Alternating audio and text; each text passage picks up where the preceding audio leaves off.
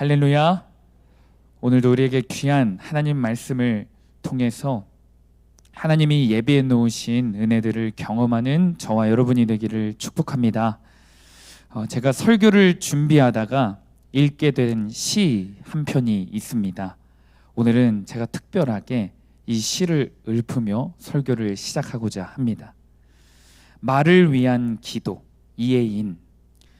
내가 이 세상에 태어나 수없이 뿌려놓은 말의 씨들이 어디서 어떻게 열매를 맺었을까 조용히 헤아려 볼 때가 있습니다.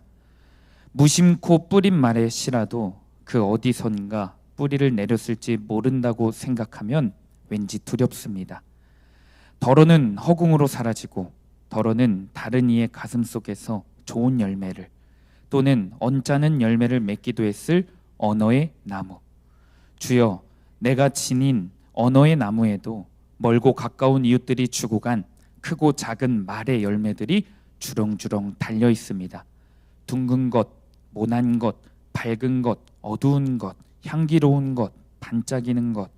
그 주인의 얼굴은 잊었어도 말은 죽지 않고 살아서 나와 함께 머뭅니다. 내가 어려서부터 말로 저지른 모든 잘못, 특히 사랑을 거스른 비방과 오해의 말들을 경솔한 속단과 편견과 위선의 말들을 주여 용서하소서. 나날이 새로운 마음, 깨어있는 마음, 그리고 감사한 마음으로 내 언어의 집을 짓게 하시어 해처럼 환히 빛나는 삶을 당신의 은총 속에 이어가게 하소서. 아멘. 보통의 남자들은 하루 종일 7,000마디의 말을 한다고 합니다. 여성은 평균 2만 마디의 말을 한다고 합니다. 웃음의 포인트가 되죠. 어려서부터 우리는 얼마나 많은 말을 해왔을까요? 오늘도 많은 말들을 내뱉었습니다. 그런데 우리가 한 말들을 다 기억하지는 못합니다. 허공에 뱉어지고 사라지는 것이 말 같습니다. 그런데 참 아이러니한 것은 허공에 뱉고 허공에 사라지는 것 같은 이 말들이 사실은 사람의 인생에 가장 많이 오랫동안 기억에 남는다는 것입니다. 특히 누군가 나를 공격하거나 누군가가 나에게 비판했던 그 말은 가슴속에 박힌 채 오랜 시간 동안 남아서 나를 괴롭힙니다. 우리 성도님들의 가슴속에는 어떤 말들이 남겨져 있습니까? 저도 제가 들었던 말들 중에 잊혀지지 않는 말들이 있어요. 그런데 많은 사람들이 누군가가 나에게 공격하고 비판했던 말들은 기억하는데 정작 내가 누군가의 가슴속에 평생 상처로 남기게 한 비판의 말, 상처 준 말들은 기억하지 못합니다. 저도 마찬가지더라고요. 나를 향한 비난, 나를 향한 비판의 말들만 기억하지 내가 누군가를 향해 뱉은 비난과 비판의 말들은 잘 떠오르지 않습니다. 그렇습니다. 이렇게 인간은 자기 자신을 스스로 돌아볼 줄 모릅니다. 그래서 많이들 인간은 영적인 소경이다 라고 하는 것 같습니다.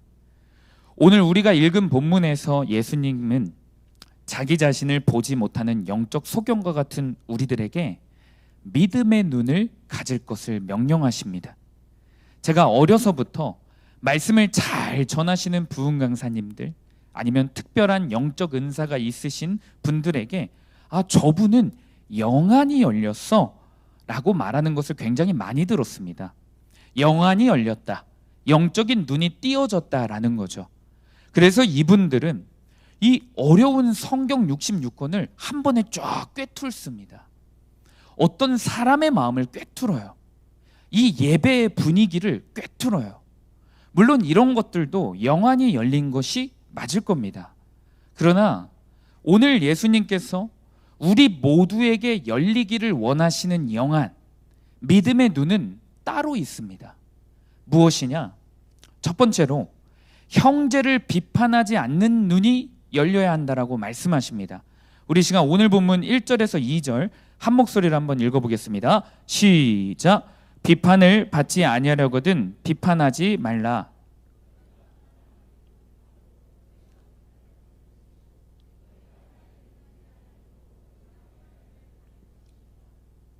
아멘. 우리의 신앙생활을 방해하는 두 가지를 꼽으라 한다면 염려와 비판입니다. 공동체 안에서 힘이 약한 자는 염려합니다. 그런데 힘이 강한 자는 비판합니다. 누구든지 없을 때는 염려하고 있을 때는 비판합니다. 지난 수요일 본문에서 예수님은 염려의 문제에 대해서 말씀해 주셨어요. 환경과 문제 앞에서 염려하지 말고 먼저 하나님의 나라와 의를 구하라는 명령을 내리셨고, 그 명령에 순종하는 자에게는 인생에 찾아오는 수많은 염려를 이길 수 있는 은혜를 반드시 허락하실 것이다 라고 약속하셨습니다. 그런데 문제가 남아있어요. 비판이라는 죄입니다. 가정이면 가정, 회사면 회사, 신앙 공동체면 신앙 공동체에서 이 비판이라는 죄가 참 무서워요. 이 비판 때문에 내 영혼이 상처를 받습니다. 이 비판이라는 죄 때문에 누군가에게 내가 상처를 줍니다. 그래서 공동체 전체가 무너지기도 합니다. 이 비판이라는 죄가 그래서 무서운 거예요. 나만 죽는 게 아니라 상대방을 죽이고 공동체 전체를 죽이기 때문에 그렇습니다. 우리는 남의 인생에 대해서 이야기하는 것을 사실 너무 즐거워하는 것 같아요. 남을 비판하는 이야기를 한번 하면 시간 가는 줄 모르게 합니다. 사역자도, 권사님들도, 우리 집사님들도, 우리 청년들과 학생들도 비판과 험담이 주는 이 짜릿한 유혹에서 자유롭지 못해요. 그러니 예수님이 천국 가는 비결에 대해서 가르쳐 주시는 이 산상수훈 말씀을 통해 콕 집어서 언급하시는 죄가 이 비판의 죄인 것입니다. 곰곰이 생각해 보면 비판 중에서도 가장 파괴력이 있는 비판은 가까운 사람을 향한 비판이에요. 가까운 사람을 향한 비판. 배우자, 부모, 자녀, 우리 교회 식구들, 교회 목회자들을 향해 비판하는 것이 가장 파괴력이 있고 마귀들이 가장 좋아하는 비판입니다. 왜냐? 가까운 사람이면 가까운 사람이 그 비판할수록 죄의 영향력이 어마무시하게 크기 때문에 그래요. 생각해 보십시오. 나를 잘 모르는 제3자에게 비판받는 것도 물론 나를 힘들게 하지만 무시하면 그만이에요. 사회에 나가서 세상 사람들에게 비판받았다면 내 집에 들어와 내가 사랑하는 가족들을 의지하면서 견뎌내고 힘과 위로를 받으면 그만입니다. 그러나 내가 의지하던 배우자에게, 내가 의지하던 부모님에게, 내가 의지하던 자녀, 그리고 교회 식구들에게 비판을 받는다고 생각해 보세요. 그것만큼 힘든 일은 없는 겁니다. 옛날 중세시대의 한 청년이 작은 죄를 저질렀다고 합니다. 이 동네 사람들이 이 청년의 작은 죄를 크게 과장시켜서 돌을 던지기 시작했대요. 그래도 이 청년은 자기가 작은 죄일지라도 죄를 지은 건 맞으니까 달게 받았습니다. 내 죄를 부풀리는 것, 수많은 동네 사람들이 나 하나를 공격하는 것, 돌에 맞아 내 몸에 상처가 나는 것에는 무너지지 않았대요. 그런데 그 자리에는 이 청년을 거두어들인 스승이 있었다고 합니다. 이 스승이 사회적인 지위가 있다 보니까 마을 모든 사람들이 이 청년을 향해 돌을 던지니까 그 동조하는 신용을 했어요. 맞춰준 거죠. 그래도 자기가 사랑하는 제자이니까 돌은 못 던지겠고 고민하다가 장미 한 송이를 이렇게 던졌습니다. 장미는 돌과 비교했을 때 비교도 안 되게 가벼운 거죠. 맞으면 아프지도 않아요. 그런데 그때 수많은 사람들이 던진 돌에도 죄를 달게 받고 쓰러지지 않았던 이 청년이 스승이 던진 그 장미를 맞고 쓰러져 의식을 잃었다고 합니다. 책에서 본 내용인데 참 의미가 있는 내용인 것 같아요. 그만큼 나를 잘 아는 사람, 가까운 사람, 내가 사랑하고 의지하는 사람에게 받는 비판은 견딜 수 없는 아픔으로 다가온다는 거죠.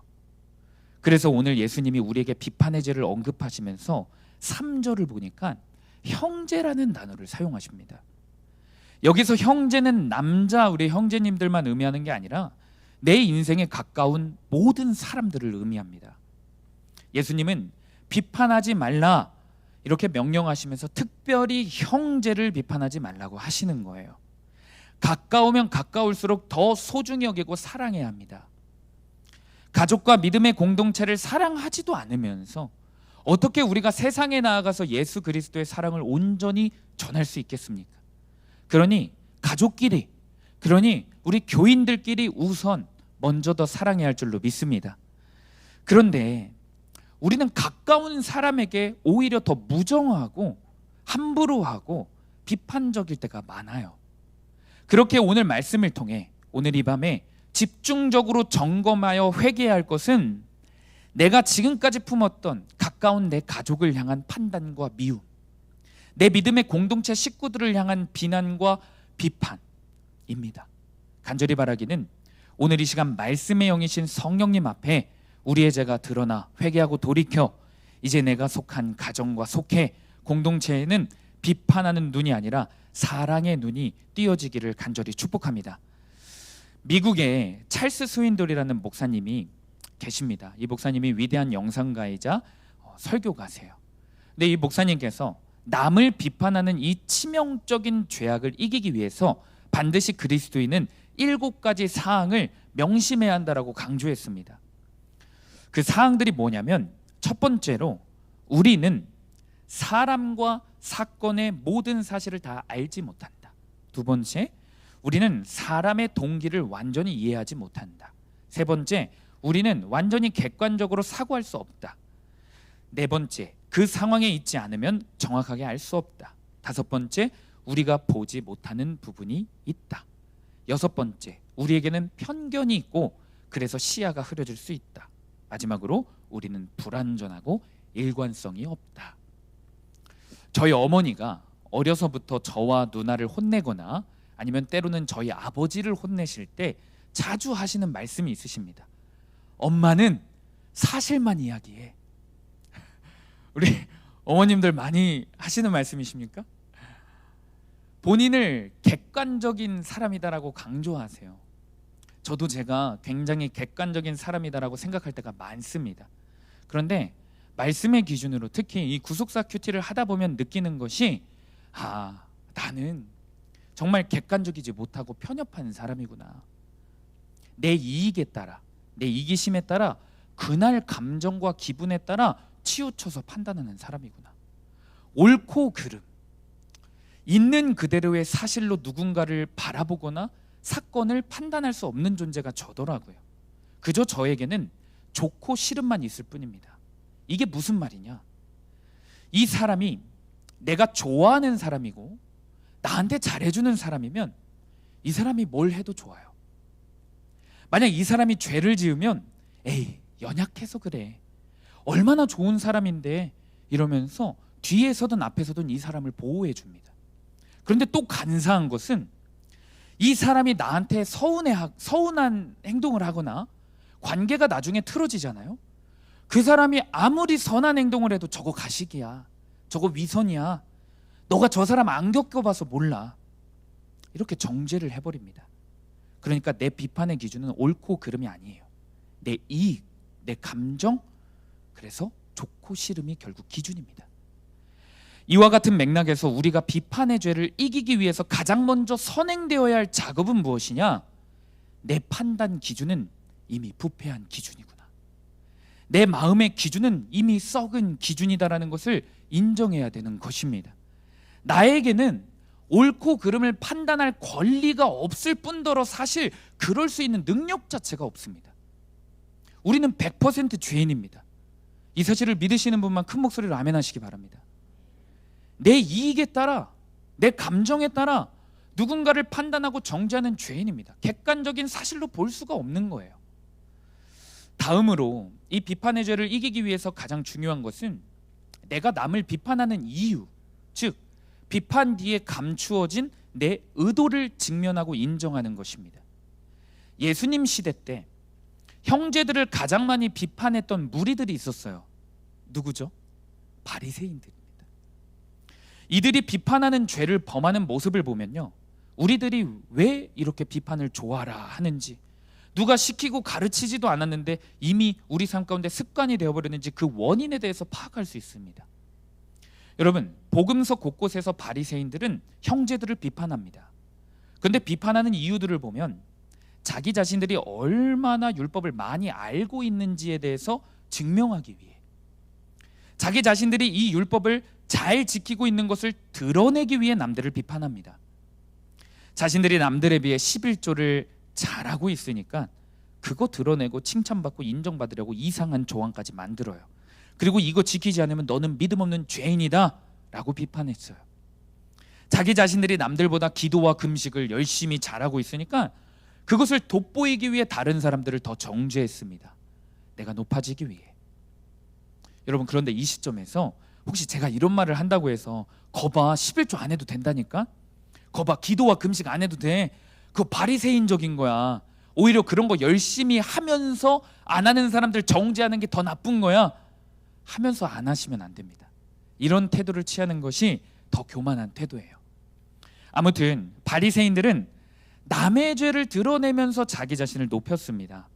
그런데 이 모습이 바리새인에게만 있는 것이 아니라 제자들에게도 있었고 100% 죄인인 오늘날 우리들에게도 있습니다. 과거에 고 옥하는 목사님께서 이렇게 사역을 하고 계실 때 소포 하나가 왔대요. 지방의 한 교회 권사님이 보내신 소포였다고 합니다. 이 소포에는 여러 장의 편지와 설교 테이프들, 그 당시 땐 테이프들이었나 봐요.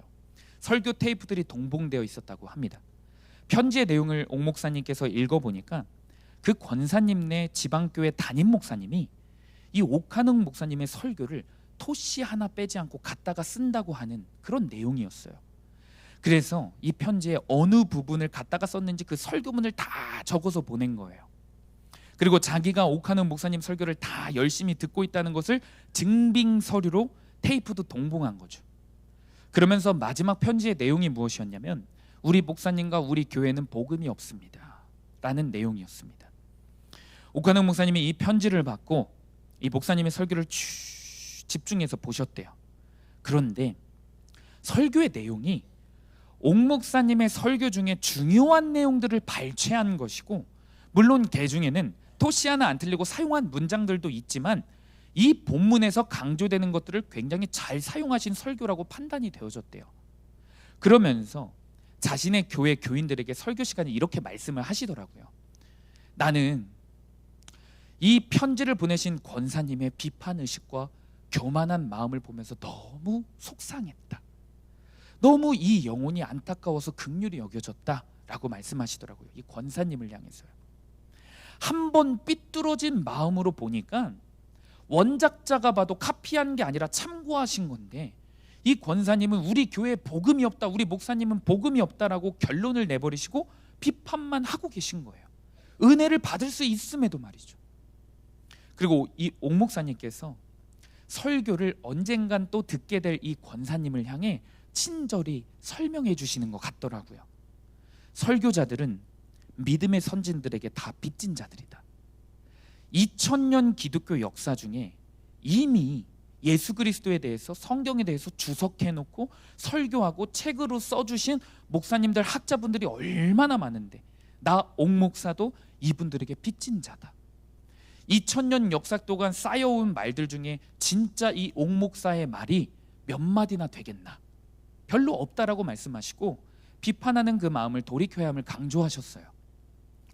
저는 이 편지를 보내신 권사님의 모습을 보면서 한 사람이 떠올랐습니다. 누구냐? 최석헌이라는 사람입니다. 저는 마음이 이미 삐뚤어져서 비판을 위한 비판을 하고 나를 보호하거나 나를 드러내기 위해서 누군가를 꼭 깎아내려야만 즉성이 풀렸던 시절이 있었어요. 이 증상이 가장 심하게 나타났던 시절이 언제냐? 신학생 시절이었어요. 우리 신학생들이 우리 교회에 참 하나님 은혜로 많은데, 신학생들이 유독 많이 걸리는 병이 비판병입니다. 누군가는 교수님들을 향해 굉장히 비판적이에요. 누군가는 신학교 행정 시스템을 향해 굉장히 비판적입니다. 누군가는 사회와 정치인을 향해 굉장히 비판적이죠. 그런데 저는 누구를 향해 비판의 칼이 곤두서 있었냐? 목회자의 자녀들인 선배와 후배와 동기들에게 굉장히 비판의식이 강하게 있었습니다. 예수님에 대한 인격적인 만남도 없는 것 같고, 아버지가 목사님인데 아버지가 가라고 하니까 온 것 같은 그 몇몇 사람들이 있어 보였어요. 아니, 내가 알면 얼마나 한다고, 그 사람의 인생에 대해서 내가 믿음이 좋으면 얼마나 좋다고 이런 판단을 하고 앉아있겠습니까? 그런데도 괜히 제 안에 피해의식과 비판의식이 발동되어서 소명 없이 신학교에 온 목사님들의 자녀들이 정죄했었어요. 근데 왜 그랬을까? 돌아보면요, 나는 평신도 자녀니까, 나는 끌어줄 사람도 없고, 나는 이 목회의 여정 속에서 도와줄 사람도 없고, 인맥도 없고, 그러면서 제가 얼마나 교회 정치, 교회 세습 신랄하게 비판했는지 모릅니다. 제가 이게 복음 때문에 비판했을까요? 예수님 때문에 거룩한 분노를 가졌을까요? 예수님이 이 시대를 향해 안타까워하시는 그 애통한 마음이 제게 있어서였을까요? 아니에요. 당시에는 그럴싸한 말들로 얼마나 포장했는지 몰라요. 당시에는 내가 불의한 것을 보고 못 참는 사람인 줄 알았어요. 그런데 알고 보니까 내가 못 참는 것은 불의한 것이 아니라 내게 있는 불이익이었습니다. 뭐 하나라도 이익 보고 싶고, 뭐 하나라도 더 갖고 싶고, 뭐 하나라도 조금이라도 더 잘난 성공한 사역자가 되고 싶은데 그러지 못하니까 내가 못하고 내가 못 갖는 것은 비판이라도 하자라는 그 치졸하고 찌질한 마음에서 나오는 죄였어요. 비판 그 자체에 삐뚤어진 마음에 사로잡힌 거죠. 여러분, 그런데 제가 오늘 설교 준비를 하면서 제 인생에서 가장 신랄하게, 가장 습관적으로 했던 비판을 돌아보게 되니까 그동안 나를 사로잡고 괴롭히고 있는 탐욕이 무엇인지 보이더라고요. 내 상처의 쓴뿌리가 무엇인지 보여요. 내가 갖고 있는 피해의식이 무엇인지, 내가 갖고 있는 분노가 무엇인지 함께 보이더라고요. 그러니 예수님이 이 천국의 비밀, 천국의 엑기스를 담은 산상수훈에 비판의 죄를 멀리하라, 당장 멈추라고 명령하신 것 아니겠습니까? 우리 성도님들도 삶에서 습관적으로 자주 하는 비판, 이 부분에 걸리면 혈기가 나오는 그런 비판들이 있을 겁니다. 그 비판의 죄를 말씀을 통해 정확히 보고 회개한다면 내 인생을 지금까지 가장 괴롭히고 사로잡고 있는 그 탐욕의 죄가, 상처들까지도 다 이길 수 있게 되는 겁니다. 오늘 말씀을 통해 저와 여러분이 이 은혜를 누리시게 되기를 축복합니다. 적용 질문입니다. 교회에 와도 비판하기 바쁘고 은혜가 없으니까? 내가 쉽게 비판하는 것이 내가 두려워하는 죄와 상처 그리고 탐욕의 실체인 것을 알고 있습니까? 두 번째로 예수님께서는 내 죄만 크게 보는 눈이 열려야 한다라고 말씀하십니다. 우리 오늘 본문 3절에서 5절 말씀입니다. 한 목소리로 읽겠습니다. 시작. 어찌하여 형제의 눈 속에 있는 티는 보고 내 눈 속에 있는 들보는 깨닫지 못하느냐? 보라, 내 눈 속에 들보가 있는데 어찌하여 형제에게 말하기를 나로 내 눈 속에 있는 티를 빼게 하라 하겠느냐? 외식하는 자여,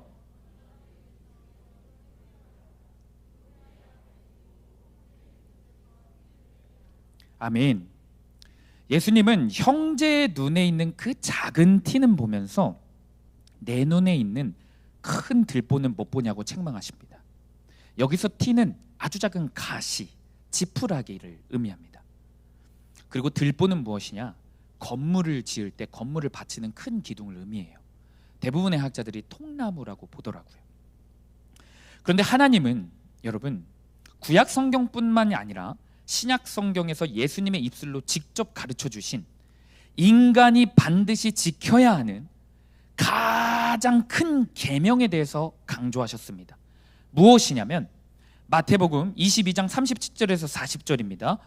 내 마음을 다하고 목숨을 다하고 뜻을 다하여 주 너희 하나님을 사랑하라 하셨으니 이것이 크고 첫째 되는 계명이요 둘째도 그와 같으니 내 이웃을 내 자신과 같이 사랑하라 하셨으니 이 두 계명이 온 율법과 선지자의 강령이니라. 하나님 사랑과 이웃 사랑이 반드시 인간이 지켜야 하는 가장 큰 계명입니다. 그런데 바리새인들은 형제를 사랑하지 않는 가장 큰 계명을 범하면서 안식일에 손 안 씻는 사람들을 향해 얼마나 비판했는지 몰라요. 습관적으로 비판의 말, 습관적으로 비판의 표정, 습관적으로 비판의 행동들이 나오는 삶을 살았습니다. 내가 범하고 있는 이 어마무시한 큰 죄를 못 보고 남의 작은 죄를 더 크게 보는 것이 바리새인이었고 우리들입니다. 예수님은 그런 우리들에게 형제 비판하는 것을 멈추라고 명령하시는데, 이 명령을 하실 때 현재 명령형을 사용하세요. 보니까 산상수훈의 대부분 예수님의 설교가 현재 명령형이더라고요. 그런데 헬라어에서 현재 명령형은 보통 새로운 생활의 습관과 새로운 기준을 제시할 때 사용되는 용법이라고 합니다. 다시 말해 오늘 본문은 이미 형제를 비판하는 것에 도가 트고 이미 형제를 비판하는 것이 인생의 습관이 되어버린 그 죄악을 버리고 다시 새로운 습관, 거룩한 습관을 새롭게 만들어 나가라는 예수님의 촉구이자 명령입니다. 그렇다면 예수님은 남을 비판하는 습관 대신에 어떤 습관이, 어떤 거룩한 습관이 우리 삶에 세워지기를 원하시는 걸까? 오늘 3절에서 5절에 나와 있는 거예요. 형제의 티를 보는 게 아니라 내 눈에 있는 들보를 보는 습관입니다. 남의 죄가 아니라 내 죄를 보는 습관이 있어야 된다는 거예요. 내 죄만 들보처럼 크게 보라는 겁니다. 제가 너무나도 존경하고 잘 따르는 목사님이 계십니다. 이 목사님의 삶을 제가 옆에서 가만히 지켜보면 저는 이런 생각이 들어요. 내가 남을 섬기는 건 당연하게, 남이 나를 섬기는 건 특별하게 여기시는 분이다. 이게 무슨 말씀이냐? 이분은 자기에게 맡겨주신 영혼들, 성도님들을 섬기고 챙겨주고 사랑하는 걸 당연한 것처럼 여겨요. 그래서 집을 내어주고 시간을 내어주고 물질을 다 쏟습니다. 특별한 것을 해주는 게 아니라고 여기시고 당연히 해야 되는 걸로 여기세요. 그런데 중요한 것이 이분이 영혼들이 자신을 섬기는 것, 누군가가 자기에게 나눠주고 섬기는 것은 그렇게나 당연한 게 아니라 특별하게 간직하세요. 절대 당연하게 여기지 않더라고요. 보면 영혼들과 성도님들이 아주 작은 선물들을 챙겨주는데 그거를 그렇게 크게 여기시고 고이고이 간직하세요. 이게 예수님의 참종의 모습이 아닐까 싶습니다. 그리고 저도 그렇게 되고 싶었어요. 예수님은 저를 사랑하시고 제게 생명 주시고 저를 위해 십자가에서 죽으신 것을 예수님의 입장에서 당연한 당신의 사명처럼 여겨주셨어요. 예수님은 그 사랑을 저에게 주시고 단 한 번도 생색내지 않으셨어요. 저한테. 여러분한테 예수님이 생색내신 적 있으세요? 아니시죠? 예수님은 당신이 우리를 섬기시고 사랑하시는 것을 스스로 당연한 것처럼 여기셨습니다.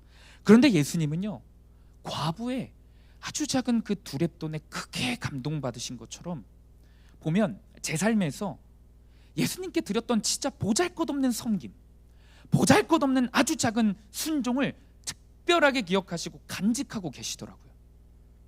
여러분, 저와 여러분이 드리는 이 예배, 헌금, 기도, 섬김이 예수님이 우리에게 허락하신 그 사랑과 생명에 비해 얼마나 작고 보잘것없습니까?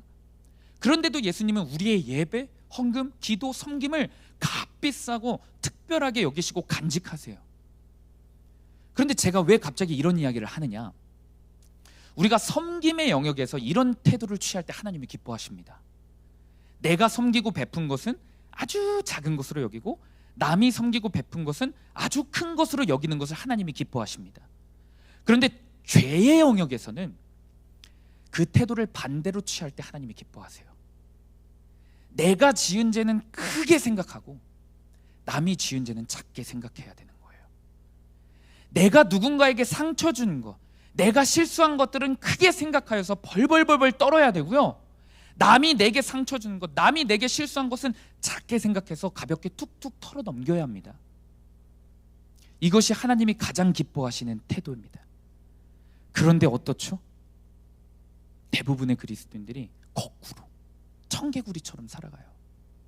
섬김의 영역에서 내가 한 거는 없는 형편에서도 하는 아주 특별하고 귀한 섬김으로 생각하고요, 남이 하는 것은 당연한 것으로 여겨요.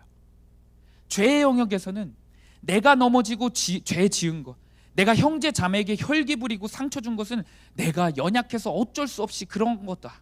아주 작게 포장합니다. 그러나 남이 죄 지은 거, 혈기 부리고 말 잘못한 것들은 아주 큰 죄로 과장시켜서 봐요. 여러분, 당장 이 삶을 멈추고 내 죄를 크게 보는 믿음의 눈이 열려야 할 줄로 믿습니다. 내 죄를 크게 보면 내 죄만 보이게 되어 있는 거예요. 나를 상처 준 그 사람의 죄가 없다라는 게 아닙니다. 우리 공동체를 어지럽히게 하고 실질적으로 피해를 줬던 그 사람의 죄가 없다라는 게 아니에요. 티와 들보의 비유에서 죄는, 여러분, 티만한 작은 죄가 있어도 그 죄로 지옥 갑니다. 내 삶에서 실제로 상처받고 실제로 누군가에 의해서 공동체가 피해보는 거 많습니다. 하나님께서 그걸 부정하는 게 아니세요. 그러나 내 죄를 크게 보는 사람은 상대방이 나에게 상처를 준 말, 행동, 표정, 내가 받은 비판, 비난을 가볍게 툭툭 털어내고 새롭게 일어날 힘이 그 사람에게 허락되는 거예요. 그러기에 내 죄만 보라고 예수님이 명령하시는 겁니다. 이것이 예수님께서 그리스도인의 인생 가운데 허락하시는 특별한 능력이자 특별한 축복입니다. 내 죄를 크게 볼 때 누군가의 비난과 비판, 나를 힘들게 하는 그 상황과 고난, 그리고 그 사람이 작게 보이는 거예요. 내 죄를 보았다면 영혼의 의사이신 예수님을 또 그만큼 의지하고 찾아가는 겁니다. 예수님을 의지하고 찾아가는 자에게 예수님이 또 그만한 사랑과 은혜를 베푸시는 겁니다. 간절히 바라기는 내 죄만 크게 보는 은혜가 있어 예수님과 함께 동행하고 내가 받은 비판의 말들, 나를 힘들게 하는 그 문제들과 사람들이 아주 작게 보이는 은혜를 누리시기를 축복합니다. 적용 질문입니다. 내 죄만 보라는 말씀을 들을 때 여전히 억울해하고 나만 손해보는 거 아니냐며 염려하고 있지는 않습니까? 내 죄만 볼 때 예수님이 나의 인생의 주인과 해답이 되어주신다는 사실을 알고 있습니까? 내 죄만 볼 때 나를 비판하는 말들과 문제들이 작게 보인다는 사실을 알고 있습니까? 결론입니다. 내 죄만 보는 사람은 예수님의 진주가 됩니다. 우리 오늘 본문 6절 한 목소리로 읽겠습니다. 시작. 거룩한 것을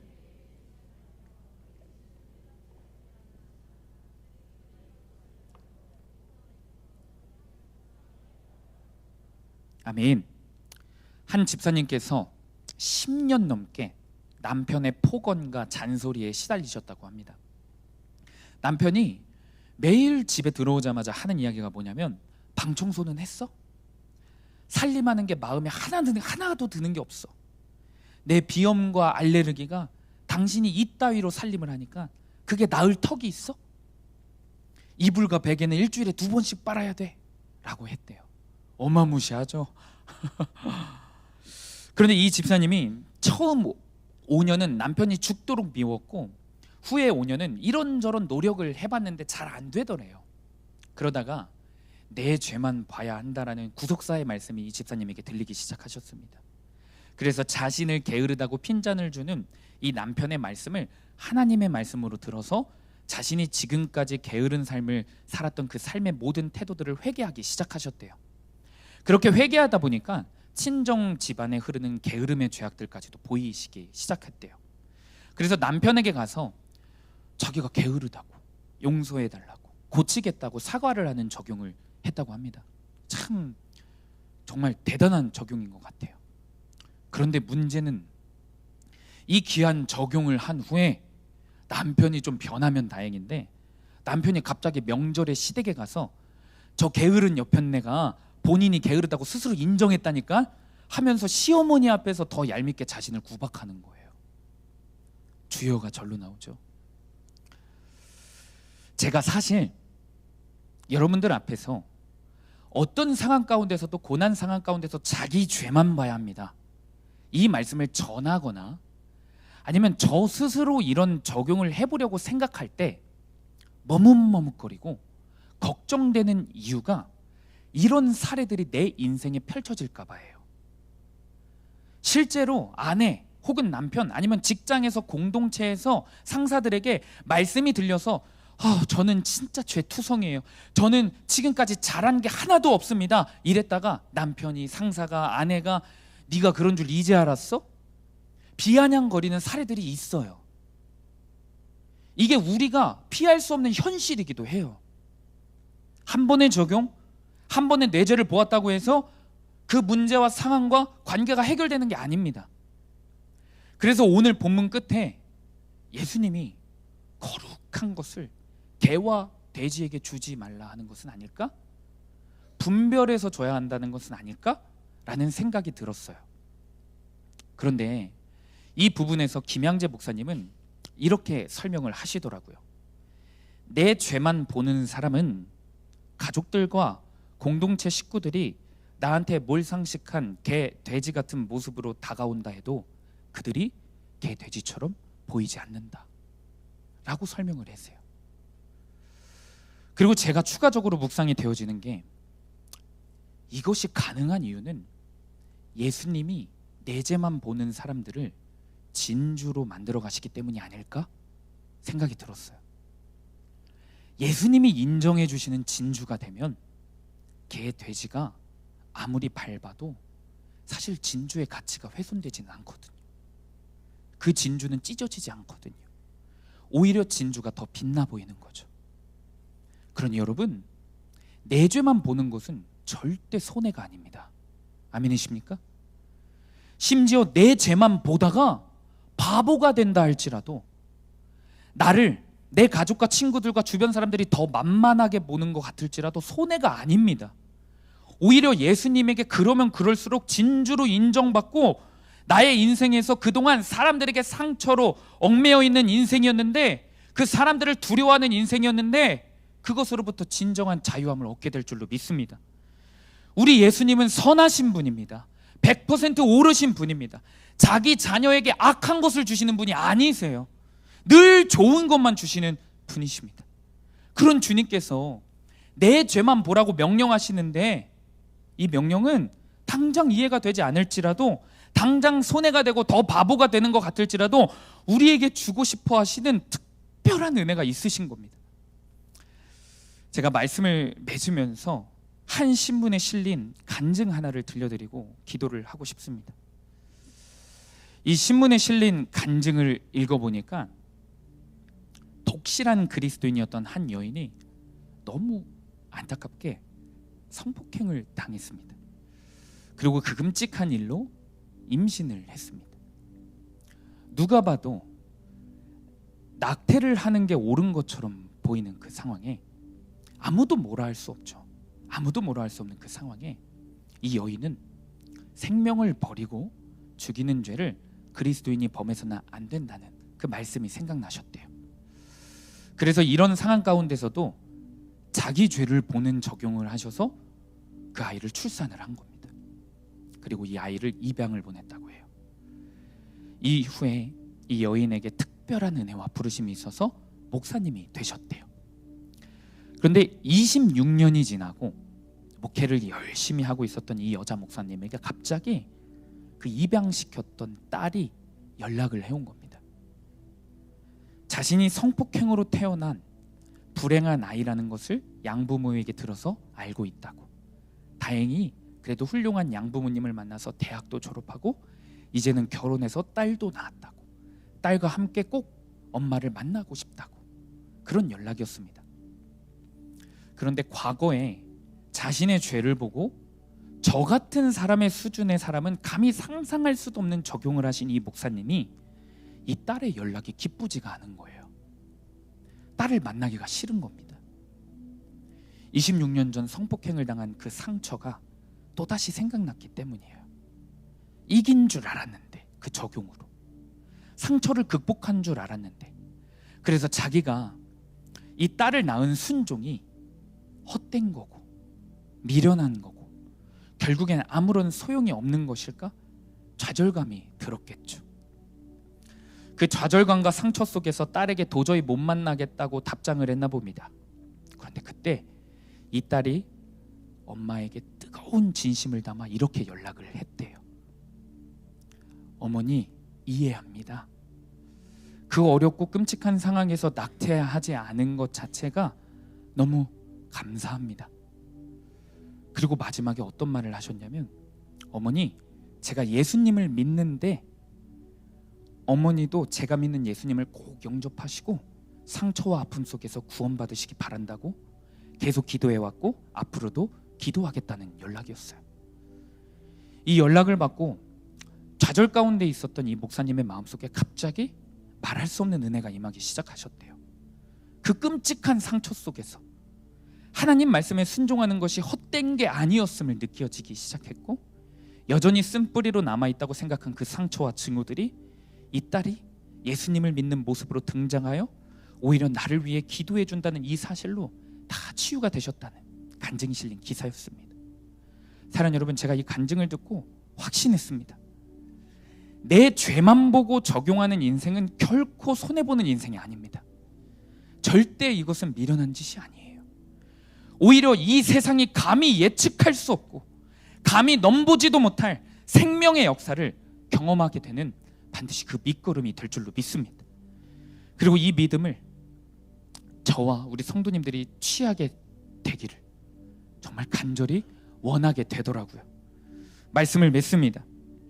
여러분, 오늘 이 밤에 나에게 비판의 말로 상처를 주는 사람들이 생각나고 나를 핍박하거나 나를 힘들게 했던 그 사건들을 기억하는 게 아니라 내가 상처를 준 사건, 내가 핍박한 사건, 내가 무시했던 사건, 다양한 방법으로 내가 나를 드러내고 높이기 위해 누군가를 깎아내렸던 그 지옥 갈 죄들만 생각나게 되기를, 그리하여 내 죄만 주님께 고백하여 예수님의 진주로 변화되고 가정과 교회와 일터 가운데 또 다른 예수 그리스도의 생명의 진주를 낳는 통로가 되기를 간절히 축복합니다.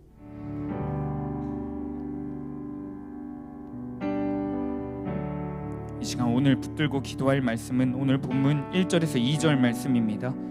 비판을 받지 아니하려거든 비판하지 말라.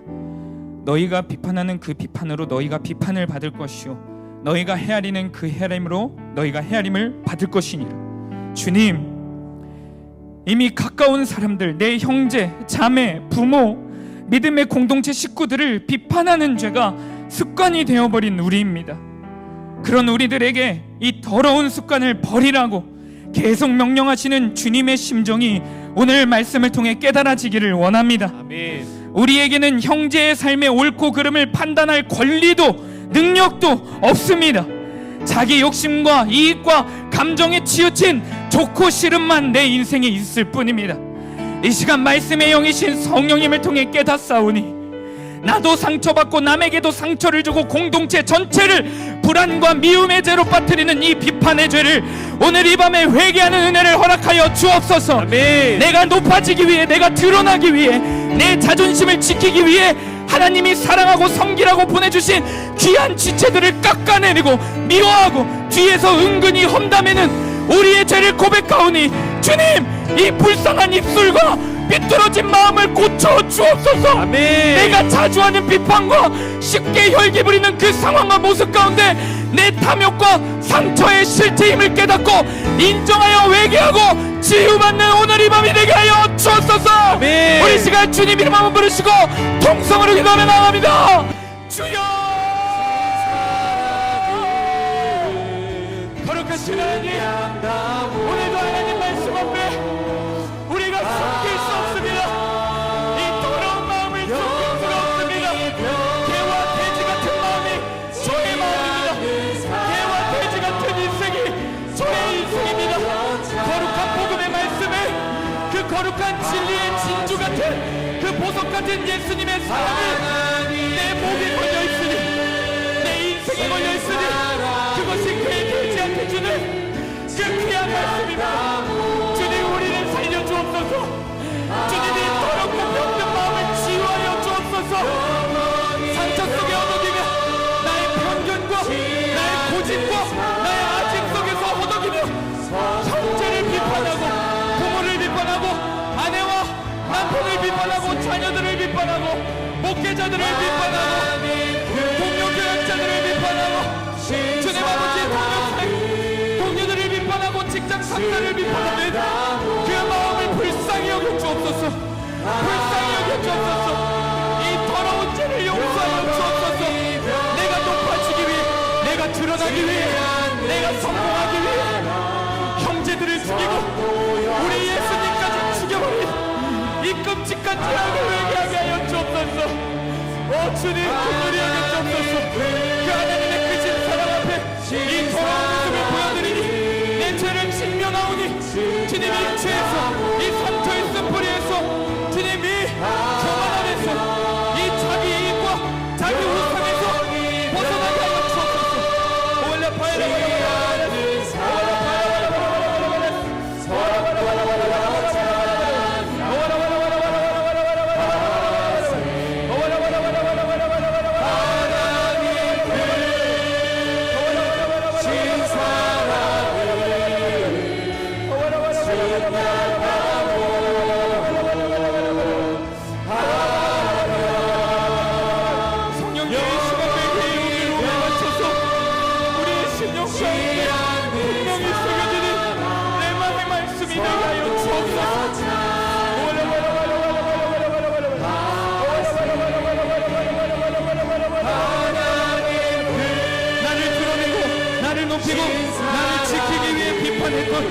주님, 그 죄를 회개하게 하여 주옵소서. 공동체를 파괴시킨 주범이 저입니다. 주님, 믿음의 가정을 파괴시킨 주범이 저입니다. 주님, 그 죄를 회개하오니 주님, 우리의 가정과 우리의 교회와 우리의 공동체를 불쌍히 여겨 주옵소서.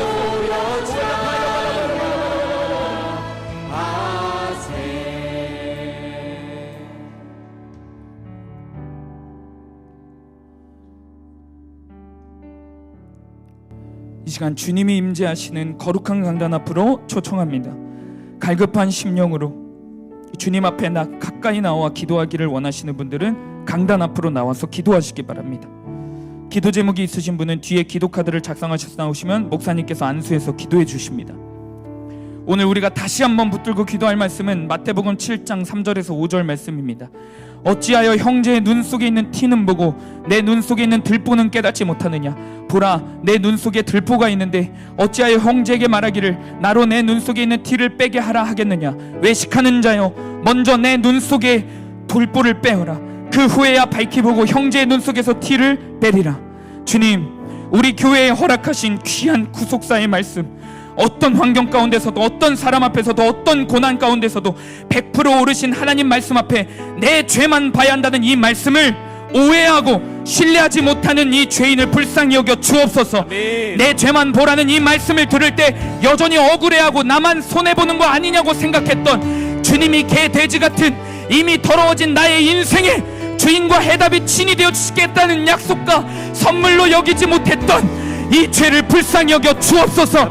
이제 나아가 내 죄만 크게 보고 예수님께 나아가 나를 비판하는 말들과 상황들을 작게 보는 은혜를 우리 가운데 허락하여 주옵소서. 그래 우리 교회 가운데 용서의 열매, 사랑의 열매, 섬김의 열매, 예수님의 아름다운 성품의 열매들이 허락되게 하여 주옵소서. 우리 시간 주님 이름만 부르시고 통성으로 기도하며 나갑니다. 주여, 내 죄만 보는 은혜가, 구속사의 그 은혜가 주님 우리 교회 가운데, 우리의 가정 가운데 흘러나오게 하여 주옵소서. 성령이 강권적으로 역사해 주셔서 우리의 심령 가운데 100% 오르신 하나님의 말씀 앞에 어떤 고난이 찾아와도, 어떤 비판을 받던 간에 주님, 어떤 상처, 그 어떤 것이 나를 공격한다 할지라도 주님, 내가 가장 더러운 죄인입니다. 주님, 내 교만과 내 탐욕과 주님, 내 분란과 내 혈기와 내 그 부정한 마음들만 회개하게 하여 주옵소서. 주님, 주님께 나아갑니다. 내 죄만 크게 보니 주님이 크게 보입니다. 내 죄만 크게 보니 주님이 살려주십니다. 내 죄만 크게 보니 상황과 문제가 크게 보이지 않고 작게 보입니다. 이 귀한 은혜를 누리게 하옵소서. 이 생명의 열매를 우리 인생 가운데 맺혀지게 하여 주옵소서.